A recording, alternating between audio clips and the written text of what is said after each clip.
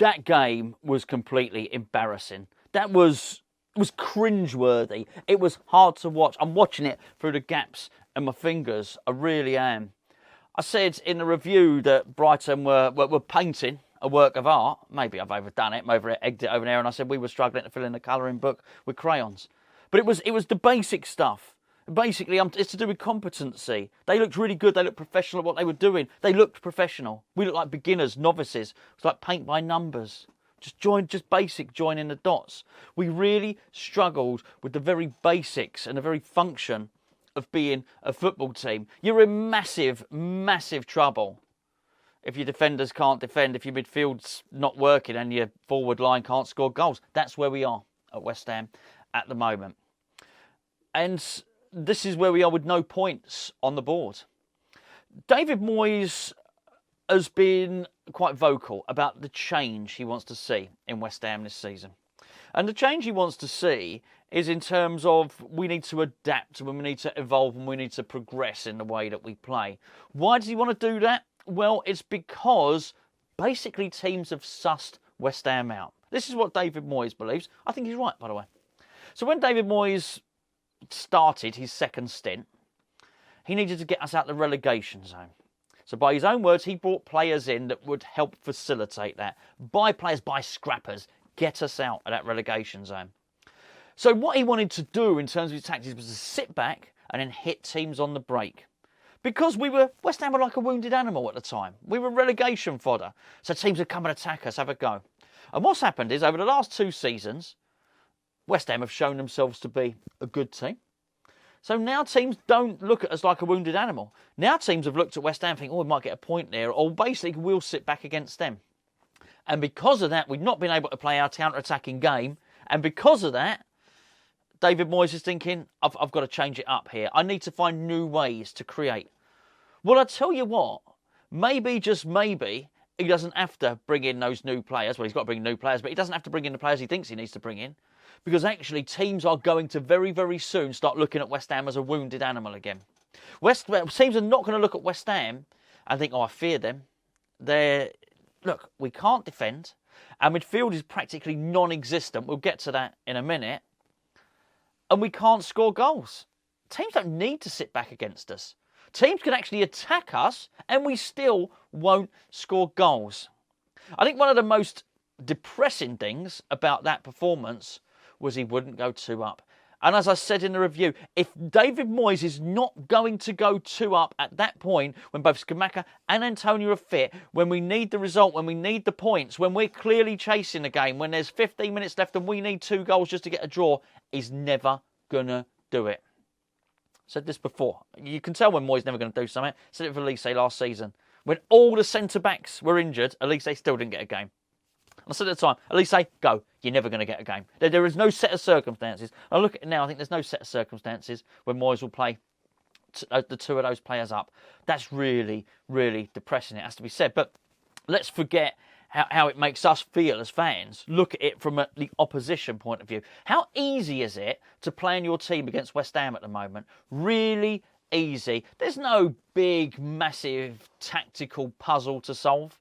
You just know, you set your team out, and then basically West Ham, I'm not going to say we roll over and have our tummy tickles, but basically we don't pose any tactical problems. And this is a massive issue for David Moyes here. I think I've already articulated myself comprehensively enough in the review about how David Moyes just cannot handle Graham Potter. Honestly, it really is. I start watching, it's like a puzzle he can't solve. It's like watching a toddler try and play Trivial Pursuit. It's just not going to happen. He can't figure it out.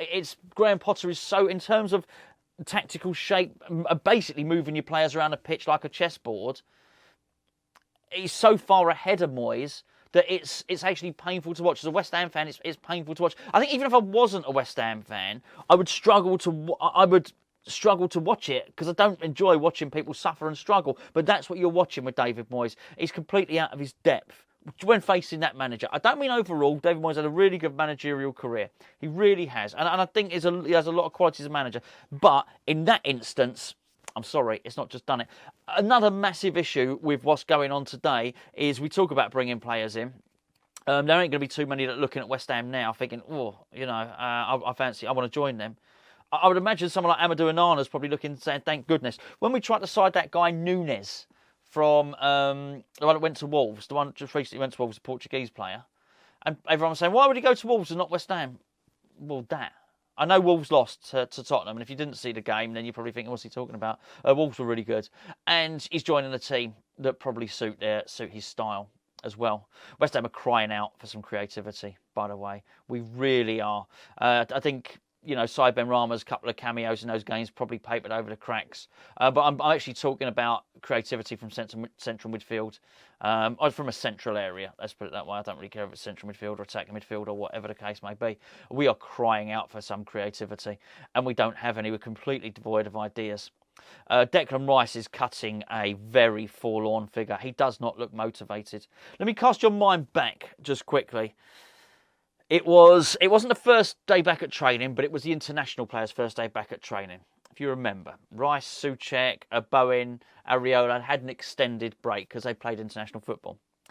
As soon as Rice came back, the club brought out this video, and it was following Declan Rice in the training area, in the gym, and all of that sort of stuff. And he came back and he uttered these words. He went, "It's great to be back." And you could see it in his face. There was a look of wonder in him. He was looking around. He was really pleased to be there. He was being silly. He was singing. He was rapping. He was dancing. He was genuinely pleased to be there. That guy's gone. I don't mean it's irretrievable, we can't get him back. That's not the same guy I'm seeing at the pitch at the moment. And I think I first started to worry when I saw the Welcome to West Ham Cornet video. Because in that, it was Issa Diop. I've said this before, but Issa Diop was the one welcoming him to West Ham and giving him the tour. I expect the captain to do that. I've no doubt that before it would have been Mark Noble doing that. And actually in the video, it was quite telling. There was a point where basically Diop introduced Cornet to Declan Rice. That's weird, all right? There's nothing wrong with Cornet's English, just before you think it's a French-speaking thing. It's not. Cornet's English, very good. Oh, okay, that's weird. But the whole exchange, hi, this is Declan. Basically, this is your captain, and I think it was a little exchange. It lasted less than 15 seconds. Oh, yeah, I'm really looking forward to sort of playing with you this season, and that was that. And I remember picking up at the time, if you watch the channel all the time, you'll know. And I thought, that's a bit weird. So I think it's too easy to perhaps say we miss Mark Noble or we miss Stuart Pearce. We do, but there's lots of different reasons, and I think probably rather than one big one, there's a lot of component parts. But basically, Declan Rice is the captain, and because of that, he's the focal point, and I probably see his mood is probably reflective of everybody else's mood, and it's a solemn one. They're lacking motivation. And I think that plays a massive part on how much they're going after the game. I think our midfield's totally dysfunctional. I'm not blaming Declan Rice. I blame two other people. I blame Thomas Souček and I blame Declan Rice. I blame David Moyes for playing him there. For too much of that game, Declan Rice was almost basically West Ham had one player in midfield. I might have that wrong. You might look at it differently. I don't mean for all the game, all right? But so many times I look at that midfield, it's only Declan Rice. Souček is either far too far forward or sometimes he'll travel too wide. And there's no one in there filling in. It's not like you see Fornells dropping in and stood right next to Declan. Well, Declan can't run the midfield on his own. I'm not saying he's blame-free for that performance. I thought Declan played rubbish today. Let me just get that right as well. But the whole team played rubbish, and it's a painful watch. And I used a comparison, it's like a cat playing with a mouse. I mean, it's not even a competition. You got basically a wounded prey animal, which is West Ham, and you've got this basically really quick predator, which is a cat. That's Brighton, and it's an uncomfortable watch. Particularly, you think it's almost you watching it. Well, I've never watched a cat play with a mouse, but you think, well, just put the bloody thing out of his misery. Do you know what I mean? If you're going to do that, it's toying with it. It's too easy. And Brighton toyed with us today, and it was too easy. And because of that, it was embarrassing. And we had no answer because it was ineffective. It was ineffective. And it doesn't seem to matter, as I've mentioned on numerous videos before, it doesn't seem to matter what Thomas Souček does, he gets to play. He's never getting the hook. He doesn't get hooked. Why is this? And I am worried that David Moyes is just not seeing this. Why does he not see the problem there? It's not our only problems. I understand it's not. But why is David Moyes not seeing what a what a massive hindrance it is to the team to have this guy who vacates the midfield area. Look, when he's scoring goals, it's not a problem. But when he's not, it is. Because what you're doing is you're sacrificing someone in the middle who can pass and move, touch and go. Sounds like, I was just about to say, sounds like a shampoo. I've done that one before. You're sacrificing somebody who can do those basic midfield skills for goals. If the goals don't happen, then it's an issue. I'm not suggesting Flynn Downs is the best player in the world, by the way. I'm not suggesting that he's a £12 million player that can become a £100 million player. But I think he can probably do the basics well enough that would have improved us today. In fact, improved us in any of the games. And I worry with how much Souček got into the box against Nottingham Forest. And I worry about how at the end he had a couple of chances that Dave Moyes might think, oh, I'll persevere with that. Because quite frankly, there's been too much persevering. I don't mean I don't like perseverance. I like perseverance. I like that character trait. I like to keep battling. But I mean he keeps persevering with the same tactic. Do the perseverance in terms of work rate, in terms of energy, in terms of fight and grit. But don't keep persevering with that absolutely terrible tactic that's just not working. Look, I'll argue this in another video. I'll probably cover it in tomorrow's video. I don't just think we need one central midfielder. I think we need two. I think one attacking, one the defensive one. Ideally, a couple of people that would stand next to each other because that really wasn't happening. I feel like I've possibly picked on just Declan and just Souček. The thing is, the trouble is with Declan. Declan's probably... This is the trouble with motivation, and as you know, I've never thought that David Moyes overly understands motivation or even overly understands man management. I understand that's probably mildly insulting. He's done, 600-700 games. Of course, I'm not saying he knows nothing about man management, but sometimes I'm not sure he recognises when someone needs a little G-up. You remember I mentioned it January last season. I thought Declan needed a G-up. Declan needed to see a signing coming in. Declan needed to see ambition from the club. Declan needed to see that we were going to go for it and not just sort of flounder and drop out of the Europa League at the semi-final stage. It never happened. I think players need to see promise. They need to see ambition. And I don't think we're overly showing that at the moment. I think if Declan Rice might have... There might be some gentleman's agreement, some handshake where he stays for one more season. Wouldn't be surprised if Declan's looking at that now thinking, I just don't want to. I just don't want to. I can't.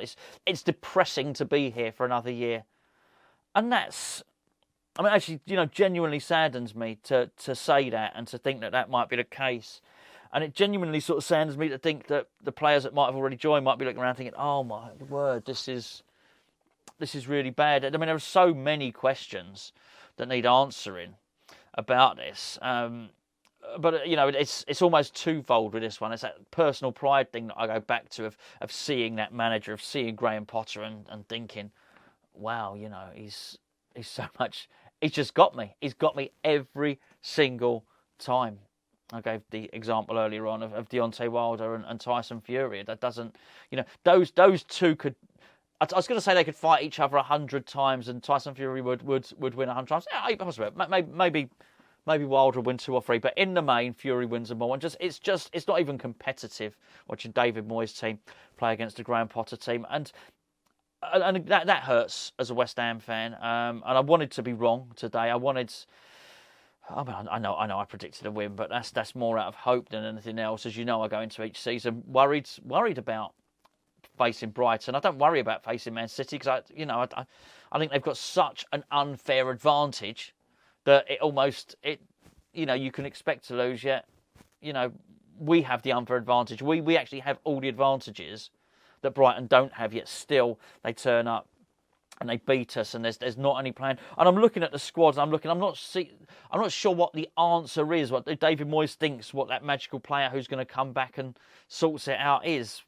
But Dawson coming back helps, Ogbono. I mean, I really think we're clutching at straws in terms of somebody coming back and sort of helping us out. And I'll just go back to making the signings and the signings we need for now until the end of the season. I say now and the end of the season, I mean now and the end of the transfer window. And I just think it's going to be really, really difficult to get the players in because I wouldn't want to come to West Ham at the moment. And it's because it's a big sell. You'd have to really convince a player, right? Actually, don't worry about these starts of the season. We're much better than that. Now, I think there's a lot of managers that could do that, but I don't even think David Moyes struggles to encourage players to the club even when everything's going well. So actually, when things are looking a bit crappy, I'm not even sure he's able to do that. Seriously worried would probably be an overstatement, but I am starting to get concerned now. And why shouldn't you be? If your team can't score goals, if your captain's not looking motivated, if you're conceding goals, if you're easy to beat, if you don't have a functioning midfield, and generally the whole place looks unhappy, and it does, then naturally I just think you're going to be concerned. And it's a horrible thing to watch a game. And I actually wrote down, I think I asked Gio that question. I actually wrote down on my notes here, did David Moyes believe we could get back into the game? Because the players certainly didn't. And I think it's up to the manager to give the players something to get behind. Some tactics they believe in. And I think whatever David Moyes did, the players didn't believe in it. Whatever swaps, whatever changes he made. And I think worse than that, we did not know how to break them down. We were completely devoid of ideas. I think there was times in that game we had lots of huff and puff. But it was a case of, okay, what do we do? Where does this ball go? Does it go wide? Does it go into the middle? The crossing was atrocious today, by the way. It's such a dysfunctional system at the moment because the system relies on Thomas Souček being in the box, making late runs in the box, and the crosses being of such sufficient quality that we cause teams problems all the time. And we're basically heading it, and even if it misses, we get a corner, and the pressure eventually builds. So in the end, we forced the team onto the back foot. I mean, but I'd actually argue we'd have faced less attacks if we'd have been able to keep the ball, because we'd have to keep the ball better and have the ball in midfield, launch some attacks. There's something not right for Declan and Jarrod Bowen to collectively dip at the same time like they have. And I can't, again, it's too easy to look for one answer. Too easy to blame that just on England duty, because there's others as well. I've got to say, at the moment, this smacks of bad planning. I think we are in a position because of the bad planning, because there's no surprise that Zuma's injured. Gerd, yes, there's a surprise that Gerd's injured. No surprise that Zuma injured. No surprise that Diop wanted to leave. No surprise that some players are looking old and stale. That's what he said. We're still at this point waiting on the left back to be sorted out. And I look at that and I think planning sorts all this out. There's nothing now new that should be a surprise. This should have been identified at the end of last season. You get the players and you get the signings in, and it's done.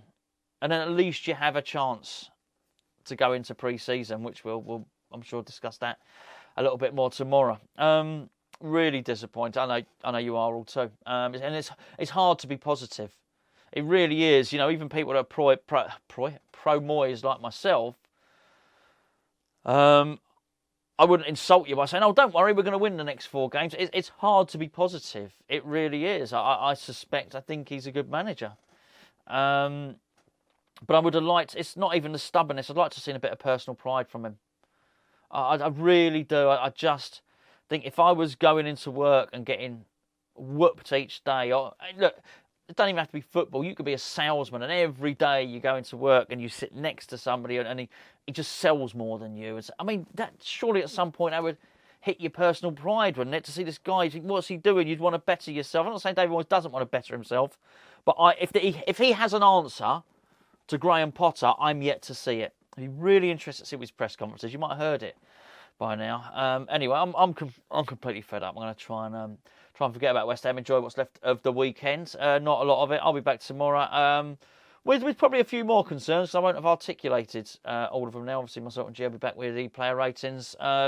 Sorry for the miserable video. I know there'll be a lot of you saying no need to apologise, but you know, nonetheless, I just wish it wasn't. It's just frustrating. It's Groundhog Day, innit? Groundhog Day again. Anyway, I'll catch you later.